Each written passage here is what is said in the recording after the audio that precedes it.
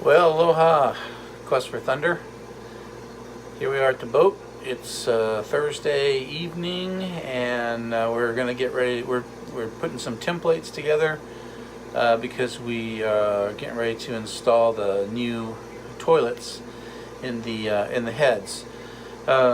We decided that the best way to cover the mounting surface where the old heads were, and we have all the screw holes. And there was a couple of, well, the one in the forward head, there was a big hole cut there. And so they had some kind of weird box over it, and we didn't want to do that again. So we thought, well, you know, what's the way we could do that? We could refiberglass that whole area and all that, but that was a lot of, you know, it's a small area, and we're figuring there's got to be a better way, a more efficient, economical way to do it. So I started looking at starboard. Well, of course, you know, if you go to West Marine and you look at starboard, you'll find that it's extremely expensive.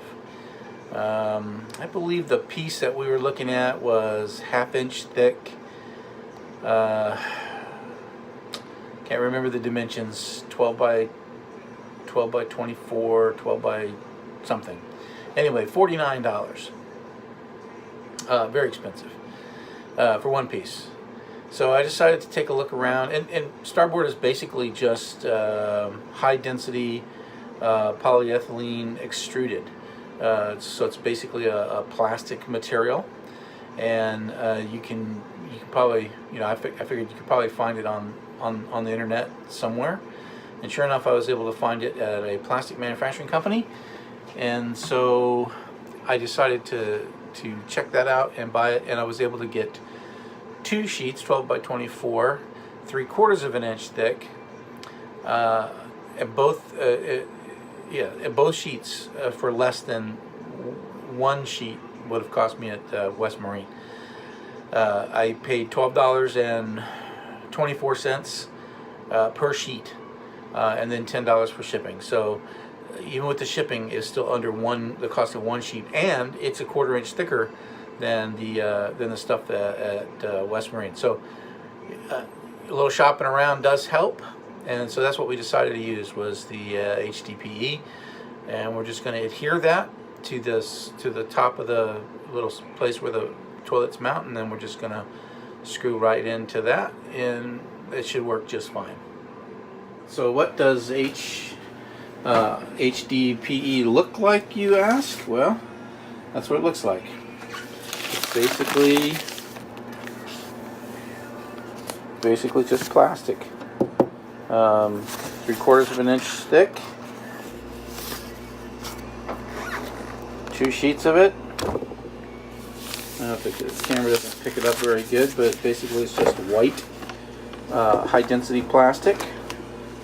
And yeah, that's it. So that's what we're going to be putting. We're going to cut it. I'm going to template the area in the head, and I think I've already done that in this forward head. We've already put a template together.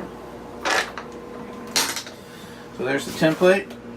Now I'll just transfer those measurements, that template to the HDPE, cut it out, and then I'll adhere it right there, just like that, on top of the existing fiberglass. I've sanded the fiberglass to give it a tooth. And I'm just going to use some marine adhesive like 5200, something that is designed to hold forever. And I know that 5200 is like, people hate it when boaters use it to bed things, because it's almost impossible to get off. It's almost possible to get whatever you connect to it disconnected from it. And so I thought that would be a perfect candidate for putting this HDPE down, because I don't want it to come off. I don't want it to move ever, and I don't want to have to screw it in. So that's what we'll do. And then I'll just mount the marine head right on top of the HDPE.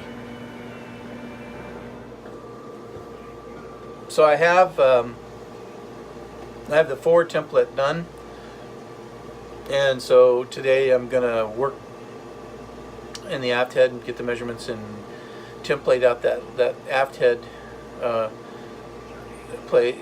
spot so that I can cut the plastic material, and then I can get it adhered.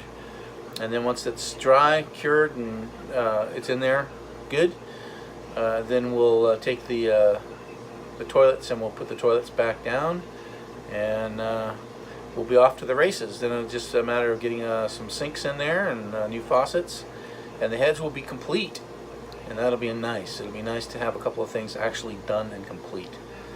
So anyway, that's what we're doing tonight, or I'm doing tonight, and when I get all finished up, I'll give you a shout. Thanks.